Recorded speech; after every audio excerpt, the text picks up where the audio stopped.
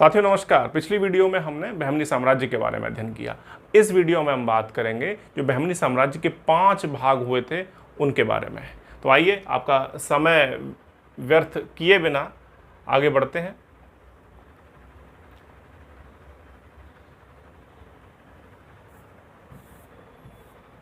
बीजापुर, सबसे पहले Bijapur most important है। 5 टुकड़ों में सबसे शक्तिशाली बीजापुर।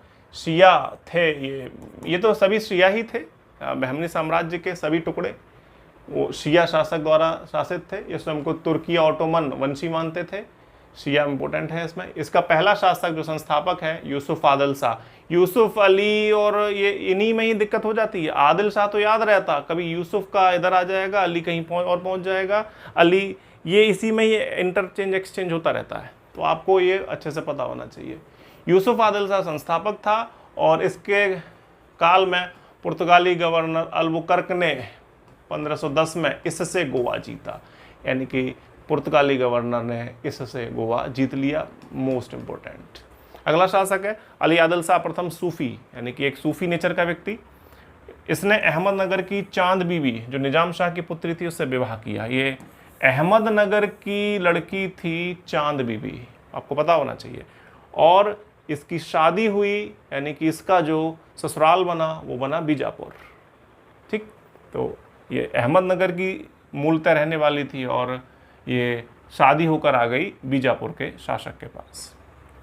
1565 में बन्नी हट्टी, राक्षसी तंगड़ी या तालीकोटा मोस्ट इंपोर्टेंट है, बहुत ज़्यादा आया है। यानी कि ये वाला युद्ध, तालीकोटा का युद्ध कब हुआ? 1565 में।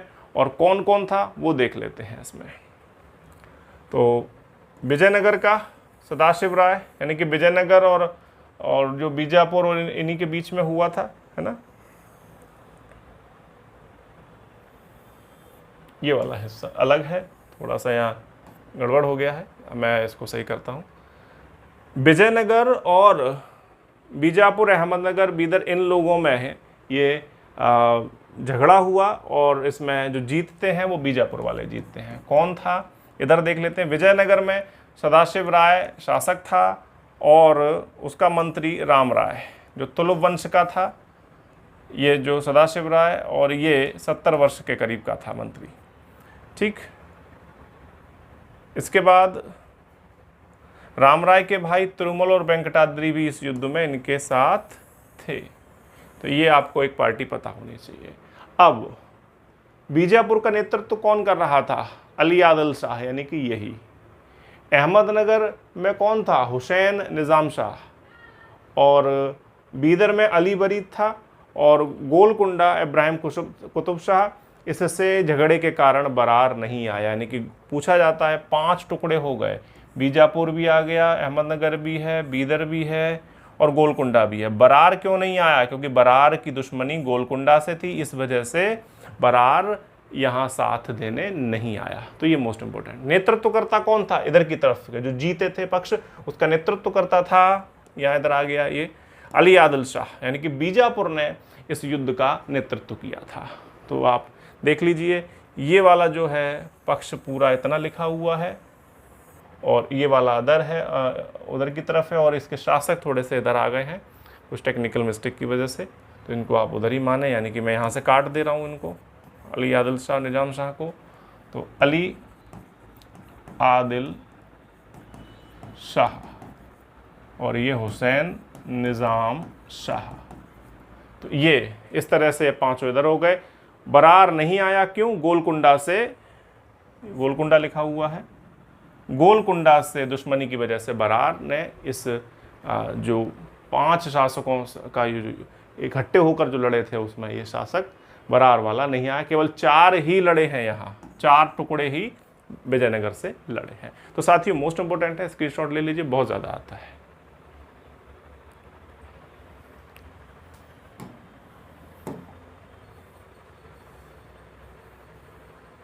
बहुत बुरी स्थिति हो गई थी। इसके बाद जो है विजयनगर साम्राज्य की बहुत बुरी स्थिति हुई। हुसैन जो अहमदनगर का है उसने राम राय जो मंत्री था उसको मार डाला। इसके बाद राम राय का भाई तिरुमल सदाशिव राय को लेकर पेनुकोंडा की ओर भाग गया। मतलब बहुत बुरा हाल हो गया। ठीक, तो आपको इतना याद नहीं करना है। विजयनगर की हार के कारण, ये आपको यहाँ से पता होना चाहिए। मुस्लिम तोपखाने की सक्रियता और 2 मुस्लिम सेनापति गिलानी बंधुओं द्वारा राम राय से विश्वासघात। तो कारण भी इतना इंपॉर्टेंट ही नहीं है, कम पूछा जाता है। इस युद्ध का प्रत्यक्षदर्शी जो सामने इस चीज को देख रहा था, इस युद्ध को, सेविल नाम का व्यक्ति, इसकी पुस्तक का नाम है अ फॉरगॉटन एम्पायर, मोस्ट इंपॉर्टेंट। 2 साल बाद, इस युद्ध के 2 साल बाद यानी कि 1567 में एक पुर्तगाली यात्री आता है सीजर फेडरिक, उसने विजयनगर का हाल बताया, बोला बड़ा उजड़ा हुआ है। ये मोस्ट इंपॉर्टेंट है। और यहाँ इसे राक्षसी तंगड़ी का युद्ध भी कहा जाता है, क्योंकि ये 2 गांव थे, राक्षसी और तंगड़ी, वहाँ युद्ध हुआ था। तालीकोटा जो नाम दिया है वो फरिश्ता ने दिया है। इतना आपको इस युद्ध के बारे में पता होना चाहिए। अब अगला शासक है इब्राहिम आदिल शाह। इब्राहिम आदिल शाह को जगत गुरु कहा गया, मोस्ट इंपॉर्टेंट है। निर्धनों का मित्र कहा गया। इस वंश का महानतम शासक, मोस्ट इंपॉर्टेंट। और वास्तविक संरक्षक इसकी बीबी, यानी कि पिता जल्दी खत्म हो गए तो ये बेटा शासक बना, लेकिन इसकी माँ चांद बीबी जो थी, इसकी माँ थी चांद बीबी ने इसको सपोर्ट किया और संरक्षिका बनी। यानी कि चांद बीबी अहमदनगर की मूलतः रहने वाली और अब शासिका के तौर पर बीजापुर में ये देखने को मिलती है।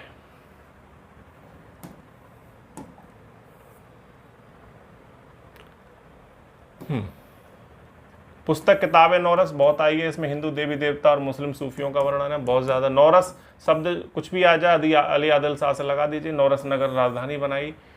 इसी के काल में फरिश्ता ने तारीख फरिश्ता लिखी, मोस्ट इंपॉर्टेंट है। बीदर भी इसने जीता, और यानी कि बीदर अब बीजापुर का ही हो गया एक तरह से, यानी कि जो टुकड़ा मैंने आपको बताया था, जो निचले स्तर पे आपको बताया था, तो वो अब इसी में मिल गया बीजापुर में। इसने अपना स्वयं का मकबरा इब्राहिम का रोजा बनवाया, मोस्ट इंपॉर्टेंट। 72 महल कमाया है। आनंद तासुल्तान मकबरा, इतना इंपॉर्टेंट कुछ नहीं, केवल ये कर लीजिए इसमें। अब अगला मोहम्मद आदिल शाह। तो आप देख रहे हो इब्राहिम, मोहम्मद, यूसुफ, अली, बस आगे के नाम चेंज हो रहे हैं, आदिल शाह सेम है। तो आप ध्यान रखिएगा कि किस शासक की बात हो रही है। इसने अपनी कब्र गोल गुम्बद नाम से बनवाई, ये बीजापुर में है, मोस्ट इंपॉर्टेंट है गोल गुम्बद। यह विश्व की सबसे बड़ी गुम्बद है। अगला शासक है सिकंदर शाह, और बीजापुर के शासक सिकंदर शाह को 1686 में औरंगजेब ने हराया और बीजापुर मुगल साम्राज्य में मिल जाता है। तो इसका युद्ध का विस्तार से हम अध्ययन औरंगजेब के काल में करेंगे। तो अब ये खत्म होता है, अब बात करेंगे अहमदनगर के बारे में। साथ ही कोई प्रश्न आपका नहीं छूटेगा, बस आप इसी तरीके से लगातार साथ बने रहिए। अब बात करेंगे अहमदनगर के बारे में।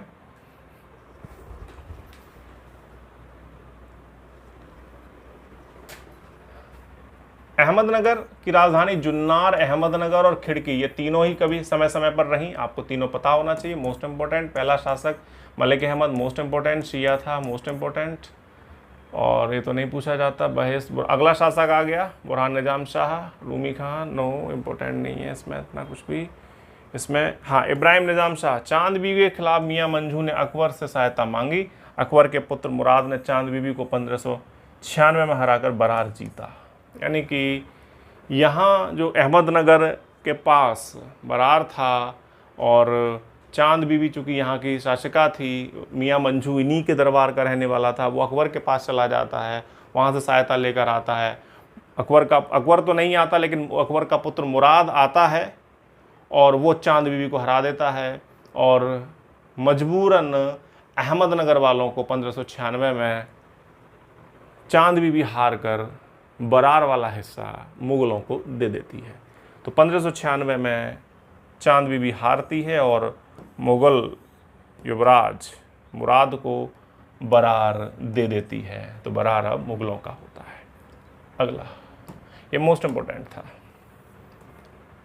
इसके बाद अब प्रधानमंत्री मलिक अंबर, यानी कि मोस्ट इंपॉर्टेंट है। ये मलिक अंबर कौन था? अबसीनियाई दास था, और वो अहमदनगर के साम्राज्य में प्रधानमंत्री था। इसे दक्षिण में टोडरमल कहा जाता है। इसने रैयतवाड़ी या जाब्ती व्यवस्था भी चलाई थी जो भू राजस्व से जुड़ी है, मोस्ट इंपॉर्टेंट है।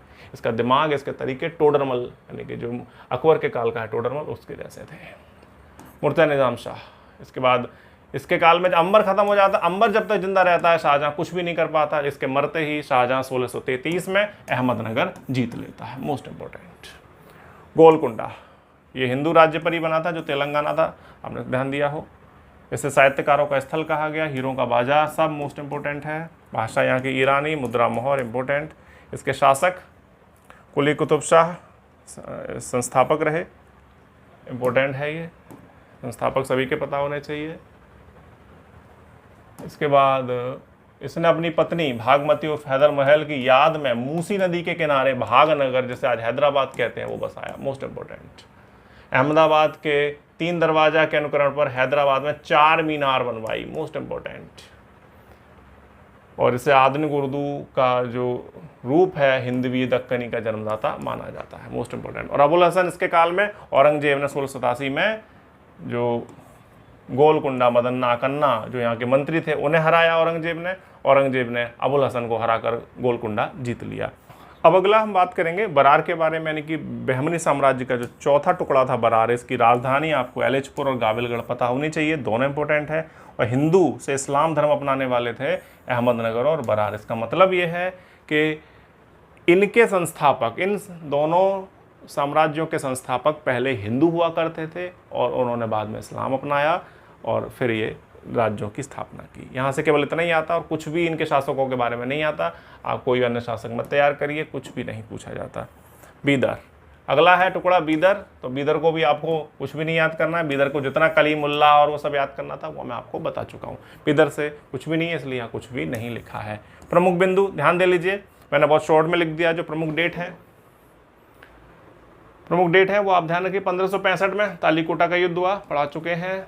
1574 में अहमदनगर व बरार जीता, ठीक है। अहमदनगर ने, इसे ने कर लीजिए, अहमदनगर ने बरार जीता, यानी कि ये अगर आप पूरा हिस्सा माने, ये वाला, ये हो गया अहमदनगर और ये हो गया बीजापुर, ये हो गया बरार और ये हो गया गोलकुंडा और ये हो गया बीदर। तो अब आप देखिए कि 1574 में अहमदनगर ने बरार जीता, अहमदनगर ने ये बरार जीत लिया, यानी कि अब ये हो गया पूरा अहमदनगर का इतना। 1596 अकबर ने बरार जीता। अकबर ने क्या किया, अहमदनगर को हराया था, यानी कि चांद बीबी को। तो ये बरार कहाँ निकल गया, मुगलों के पास आ गया, यानी कि मुगलों ने इसको जीत लिया। जो मुगल जीत लेंगे उस पर क्रॉस लगा देंगे, ठीक। और अकबर ने बरार जीता। बीजापुर ने बीदर जीता, तो बीजापुर ने यह बीदर जीत लिया। देखिए ये बीदर था, बीजापुर ने क्या किया, अब ये सीमा दोनों की मिक्स हो गई। शाहजहां ने अहमदनगर जीता, यानी कि शाहजहां ने अब इसको भी जीत लिया, अहमदनगर को। तो ये किसने जीता था, अकबर ने। ये किसने जीता, अहमदनगर, शाहजहां ने। इसके बाद औरंगजेब ने बीजापुर जीता। औरंगजेब ने बीजापुर जीतने का मतलब है बीदर भी मिक्स होकर ही मिला होगा ना उसको। तो औरंगजेब ने ये पूरा कब्जा लिया, ए से है औरंगजेब ने, यानी कि अप्रत्यक्ष रूप से देखें तो बीजापुर और बीदर दोनों उसको मिल गए और औरंगजेब ने गोलकुंडा जीता। तो ये भी औरंगजेब ने जीत लिया। तो आप देखिए कि किस किस तरह से अहमदनगर शाहजहां ने जीता, बरार अकबर ने जीता, औरंगजेब ने बीजापुर और बीदर दोनों जीत लिए एक तरह से, क्योंकि ये मिल चुके थे, और गोलकुंडा औरंगजेब ने जीता। तो इस तरह से ये सारे बहमनी टुकड़े मुगल साम्राज्य के अंग बन जाते हैं। तो साथियों अपेक्षा करता हूँ आपको समझ में आया होगा पूरा जो बहमनी साम्राज्य के जो 5 टुकड़े थे उनके बारे में बताया। और कोई प्रश्न है आपका, कोई सुझाव है या कहीं कोई कन्फ्यूजन है तो मुझे कमेंट बॉक्स में ज़रूर लिखें। आपको वीडियो कैसा लगा ज़रूर बताएं। Thank you.